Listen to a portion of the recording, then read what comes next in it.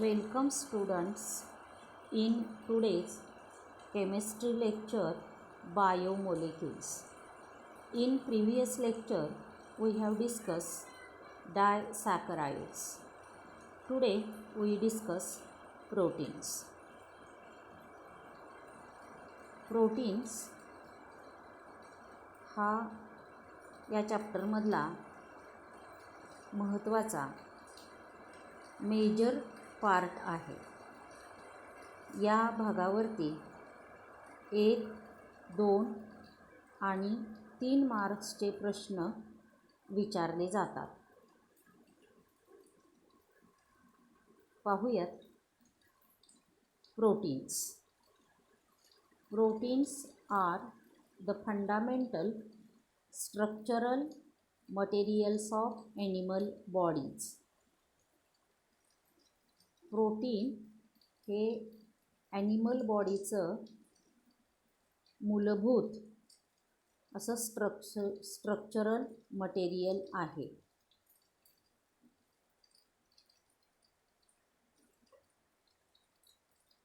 Proteins in the form of enzymes play prime role in all the physiological reactions.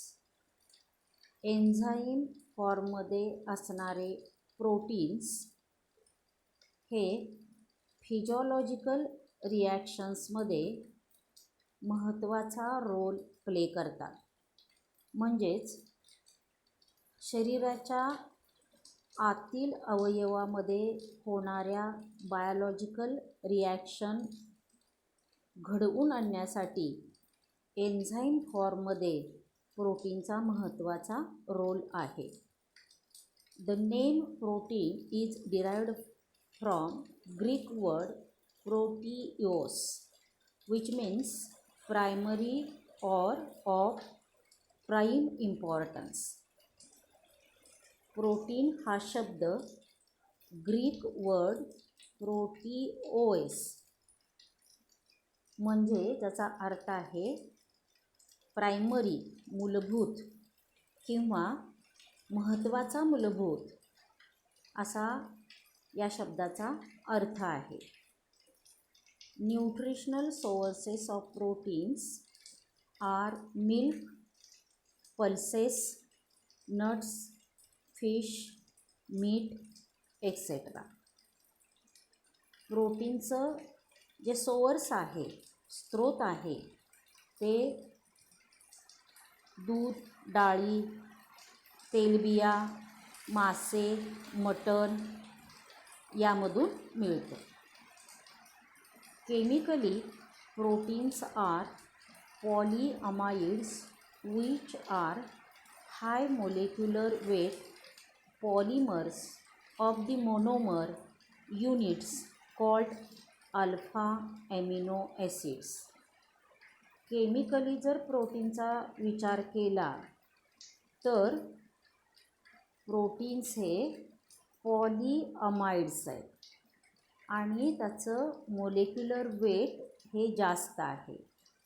आता पॉलीअमाइड्स म्हणजे काय आहे तर अल्फा ॲमिनो ॲसिड हा जो मोनोमर आहे, असे अनेक अल्फा ॲमिनो ॲसिड एकत्र येऊन त्यापासून त्याचा पॉलिमर तयार होतो. म्हणजेच अनेक अल्फा ॲमिनो ॲसिड्सपासून प्रोटीन तयार होते.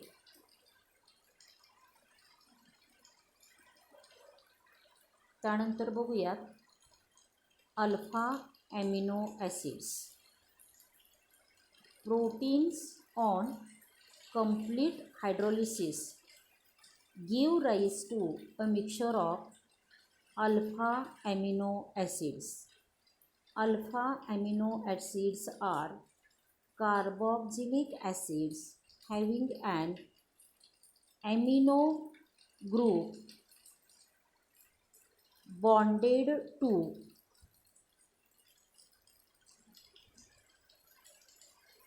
the alpha carbon.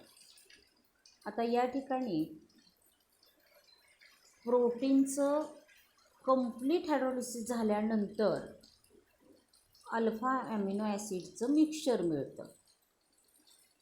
Alpha amino acid म्हणजे काय आहे, तर कार्बॉक्झिलिक ॲसिड म्हणजे COOH आणि ॲमिनो ग्रुप म्हणजे NH2 ग्रुप,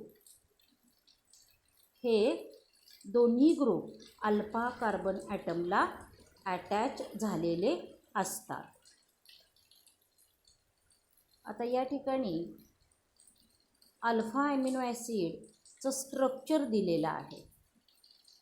त्यामध्ये पहिलं जे स्ट्रक्चर आहे RCH NH2 COOH, ज्याचं नाव आहे अल्फा ॲमिनो ॲसिड. यामध्ये CH हा अल्किल ग्रुप आहे. ह्या अल्किल ग्रुपला COOH म्हणजेच कार्बॉक्झिलिक ॲसिड ग्रुप अटॅच झालेला आहे, किंवा त्याला आपण कार्बॉक्झिल ग्रुप असं म्हणतो. आणि त्याचबरोबर NH2 ग्रुप म्हणजे ॲमिनो ग्रुप हा दुसरा ग्रुप अटॅच झालेला आहे. ह्या अल्किल ग्रुपला कॅपिटल R जो आहे हा R साईड चेन दर्शवतो. म्हणजे या ठिकाणी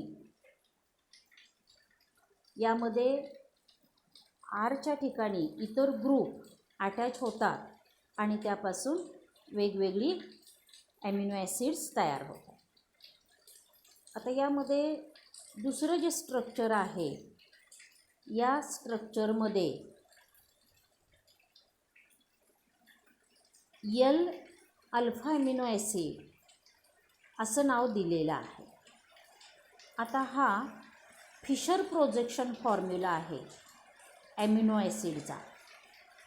त्याला अल्फा आणि L ही दोन लेटर्स जी दिलेली आहेत ती कशावरून दिलेली आहेत हे बघूया. तर या ठिकाणी अल्फा म्हणजे अल्फा कार्बन ॲटमला या ठिकाणी COOH ग्रुप आणि NH2 ग्रुप हा अटॅच झालेला आहे. आता हा जो अल्फा कार्बन ॲटम आहे तो कायरल कार्बन ॲटम आहे. कायरल याचा अर्थ आपण पाठीमागं पण पाहिलेला आहे. ज्या कार्बनला 4 डिफरंट ग्रुप अटॅच झालेले असतात त्याला आपण कायरल कार्बन ॲटम असं म्हणतो. जसं की ह्या पहिल्या स्ट्रक्चरमध्ये कार्बनला एक हायड्रोजन, एक R म्हणजेच साईड चेन दर्शवणारा ग्रुप, एक NH2 आणि एक COOH असे 4 डिफरंट ग्रुप अटॅच झालेले आहे. एकाच कार्बन ॲटमला COOH ग्रुप आणि NH2 ग्रुप अटॅच झालेले आहेत म्हणून त्याला अल्फा कार्बन ॲटम असं म्हटलेलं आहे. 4 डिफरंट ग्रुप अटॅच झालेले आहेत म्हणून त्याला कायरल कार्बन असं म्हटलेलं आहे आणि म्हणून हे नाव अल्फा ॲमिनो ॲसिड असं आहे. त्यानंतर बघूयात L म्हणजे काय. तर या ठिकाणी NH2 ग्रुप हा लेफ्ट साईडला अटॅच झालेला आहे आणि म्हणून याला नाव दिलेलं आहे L अल्फा ॲमिनो ॲसिड. आता या ठिकाणी पुढे एक स्ट्रक्चर दिलेलं आहे CH2 COOH NH2, ज्याचं नाव आहे ग्लायसिन. आणि यामध्ये असणारा अल्फा कार्बन हा अकायरल कार्बन आहे. म्हणजेच याला अटॅच झालेले जे 4 ग्रुप आहेत ते डिफरंट नाही. म्हणजे काय, तर या ठिकाणी एक NH2 ग्रुप आहे, एक COOH ग्रुप आहे. म्हणजे हे 2 डिफरंट ग्रुप आहेत. पण अजून जे 2 ग्रुप याला अटॅच होतात हे ग्रुप डिफरंट नाही तर ते सेम आहेत. की या ठिकाणी हायड्रोजनची अटॅचमेंट आहे आणि म्हणून हा अकायरल कार्बन ॲटम आहे किंवा अल्फा कार्बन हा अकायरल आहे. आता या ठिकाणी carbon next to carboxyl group. Alpha carbon in all the alpha amino acids except glycine is chiral. It is found that the alpha carbon in alpha amino acids obtained by hydrolysis of proteins has L configuration. The L alpha amino acids are represented by Fisher projection formula as shown in figure 14.14. आपण याबद्दलची माहिती आता पाहिलेलीच आहे. The symbol R in the structure of alpha amino acids represents side chain and may contain additional functional groups. If R contains a carboxyl group, the amino acid is acidic amino acid. If R contains an amino group, it is called basic amino acid. The other amino acids having neutral or no functional group in R are called neutral amino acids. आता या ठिकाणी Rच्या ठिकाणी जो group attach होतो त्यावरून acidic amino acid, basic amino acid आणि neutral amino acid असे amino ॲसिडचे एकूण 3 प्रकार पडतात. म्हणजेच या ठिकाणी ॲसिडिक ग्रुप COOH अटॅच असेल तर ॲसिडिक ॲमिनो ॲसिड, जर NH2 हा बेसिक ग्रुप अटॅच झालेला असेल तर बेसिक ॲमिनो ॲसिड, आणि या दोन्हीपेक्षा वेगळा जर ग्रुप त्या ठिकाणी अटॅच झालेला असेल म्हणजेच फंक्शनल ग्रुप नसेल ॲसिडिक किंवा बेसिक तर त्याला न्यूट्रल ॲमिनो ॲसिड्स असं म्हटलं जातं. Alpha amino acids have trivial names and are generally represented by 3 letter symbols or sometimes by 1 letter symbol. Table 14.1 list the 20 alpha amino acids often referred to as simply amino acids, commonly found in proteins with their symbols and also their types as neutral, acidic or basic. 10 alpha amino acids from this list cannot be synthesized in human body and have to be obtained through diet. These are called essential amino acids and are marked with asterisk in table. या ठिकाणी जी माहिती दिलेली आहे ती टेबलमध्ये जे amino acids दिलेले आहेत त्याबद्दलची ही माहिती आहे. तर आता यामध्ये acidic amino acids, basic amino acids आणि न्यूट्रल ॲमिनो ॲसिड्स अशा पद्धतीनं या ठिकाणी या टेबलमध्ये ॲमिनो ॲसिड्स दिलेले आहेत. आता हे ॲमिनो ॲसिड्स देत असताना ट्रायव्हल नेम्स म्हणजे त्याच्या नेममधले 3 लेटर्स किंवा त्याच्या नेममधलं सुरुवातीचं असणारं एक लेटर या पद्धतीनं या ठिकाणी या टेबलमध्ये माहिती दिलेली आहे.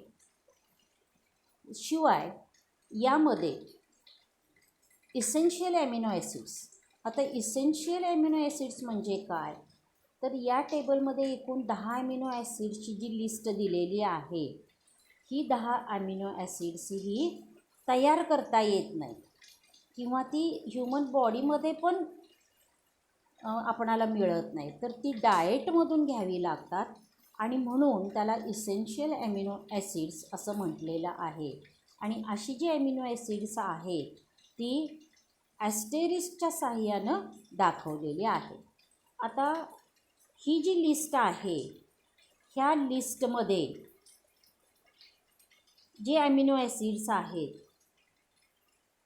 त्यातली त्याच्या प्रकारानुसार म्हणजे न्यूट्रल ॲमिनो ॲसिड्स किंवा ॲसिडिक ॲमिनो ॲसिड्स किंवा बेसिक ॲमिनो ॲसिड्स यानुसार त्याची काही एक्झाम्पल्स आपणाला माहीत असली पाहिजे.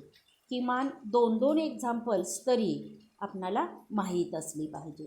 तर या टेबलबद्दल आपण थोडीशी माहिती बघूया. तर या ठिकाणी न्यूट्रल अल्फा ॲमिनो ॲसिड्स यामध्ये एकूण 15 ॲमिनो ॲसिड्स दिलेली आहे की ज्याची नावं आहेत glycine, alanine, valine, leucine, isoleucine, asparagine, glutamine, serine, threonine, cysteine, methionine, phenylalanine, tyrosine, tryptophan आणि प्रोलाइन. आता यामध्ये आपण मगाशी जसं पाहिलं तसं ट्रायव्हल नेम म्हणजे नावातली पहिली 3 अक्षरं सिम्बॉल म्हणून घेतली जातात. जसं की GLY, ALA, PAL या पद्धतीने किंवा 1 लेटर यामध्ये G, A, P या पद्धतीने. त्यानंतर आता या ठिकाणी H, CH3 हे जे काही दिलेलं आहे ते काय दिलेलं आहे तर या ठिकाणी जे मूळ स्ट्रक्चर आहे अल्किल ग्रुप, COOH ग्रुप आणि NH2 ग्रुप याशिवाय या Rला अटॅच होणारे जे काही इतर ग्रुप आहेत जसं की H, CH3, MECH, Me that is methyl group, that is CH3 group. तर ही अटॅचमेंट या ठिकाणी केलेली असते किंवा त्या अल्फा ॲमिनो ॲसिडमध्ये असते. त्यानंतर बघूयात ॲसिडिक ॲमिनो ॲसिड्स आणि basic amino acids. Acidic amino ॲसिड्समध्ये एक्झाम्पल्स आहेत ॲस्पार्टिक ॲसिड आणि ग्लुटामिक ॲसिड. त्यानंतर त्याचं ट्रायव्हल नेम, त्याच्या नेममधलं 1 लेटर यानुसार वरीलप्रमाणेच भाग हा सिमिलर आहे. त्यानंतर बेसिक अल्फा ॲमिनो ॲसिड्समध्ये एक्झाम्पल्स आहेत लायसिन, अर्जिनाइन आणि हिस्टिडाइन.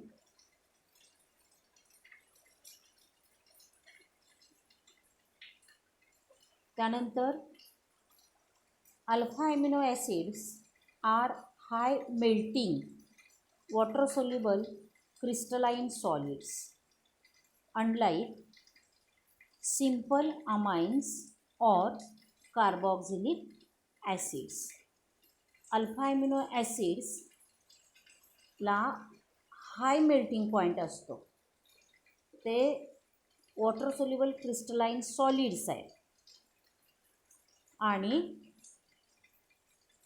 ह्या ज्या प्रॉपर्टीज आहेत ह्या प्रॉपर्टीज त्याला कशामुळे मिळतात तर त्याचं पिक्युलियर स्ट्रक्चर आहे की ज्याला आपण म्हणतो zwitterion structure of alpha amino acid.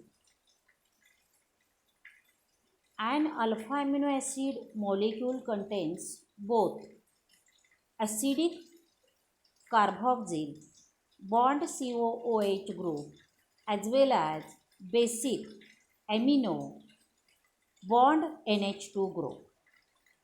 या अल्फा ॲमिनो ॲसिडमध्ये ॲसिडिक आणि बेसिक हे दोन्ही प्रकारचे ग्रुप आहेत. Proton transfer from acidic group to basic group of amino acid forms a salt which is dipolar ion called Jeter ion. या ठिकाणी positive आणि negative हे दोन्ही प्रकारचे आयन्स यामध्ये असतात आणि ही दोन्ही प्रकारचे आयन्स यामध्ये असल्यामुळं त्याला जीटर आयन असं म्हटलं जातं. Amino acid can exist in different forms depending upon the pH of the aqueous solution in which it is dissolved. आता या ठिकाणी ॲमिनो ॲसिडचे वेगवेगळे फॉर्म्स तयार होतात. हे कशावरून तयार होतात? तर कोणत्या प्रकारच्या pH सोल्युशनमध्ये हे ॲमिनो ॲसिड डिझॉल्व झालेलं आहे त्यानुसार. तर आता या ठिकाणी झिटर आयन कसं फॉर्म होतं याची माहिती बघूया. तर झिटर आयन फॉर्म होत असताना या ठिकाणी सुरुवातीला अल्फा ॲमिनो ॲसिड या ठिकाणी दिलेलं आहे. या अल्फा ॲमिनो ॲसिडमध्ये आपण पाहतोय सुरुवातीला ॲमिनो ग्रुप आहे, त्यानंतर कार्बनवरती एक हायड्रोजन आहे, आर आहे, आणि त्याचबरोबर कार्बॉक्सिल ग्रुप COOH हा C डबल बॉन्ड OH या फॉर्ममध्ये दिलेला आहे. तर आता यामध्ये नायट्रोजनवरती असणारी जी लोन पेयर आहे ही लोन पेयर ऑक्सिजन ॲक्सेप्ट करतो आणि म्हणून नायट्रोजनवर पॉझिटिव्ह चार्ज येतो आणि ऑक्सिजनवर निगेटिव्ह चार्ज येतो. म्हणजेच हे दोन वेगवेगळे चार्जेस यामध्ये फॉर्म होतात आणि ते एकत्र असतात आणि म्हणून त्याला म्हटलेलं आहे झिटर आयन. आता या ठिकाणी पुढे आपण मगाशी जो भाग पाहिला की कोणत्या pHच्या सोल्युशनमध्ये अल्फा ॲमिनो ॲसिड डिझॉल्व झालेला आहे त्यानुसार त्याचा प्रकार हा ठरला जातो. तर आता या ठिकाणी सुरुवातीला जे दिलेलं आहे त्यामध्ये असणारा ओव्हरऑल त्यावरती असणारा जो चार्ज आहे तो आहे +1 आणि म्हणून याचा pH असतो <2. दुसरं जे झिटर आयन आहे याच्यावरती चार्ज नाही, म्हणजे पॉझिटिव्ह आणि निगेटिव्ह दोन्ही चार्ज आहेत, म्हणजेच यावरती नेट चार्ज हा नाही आणि म्हणून याचा pH हा नियरली इक्वल टू 6 असतो. त्याचबरोबर तिसरी जी डायग्राम आहे त्यामध्ये ओव्हरऑल त्यामध्ये -1 चार्ज आहे जो COO- वरती आपणाला दिसतो आणि याचा जो pH आहे हा pH >10 एवढा असतो. धन्यवाद. आपण या ठिकाणी थांबूया.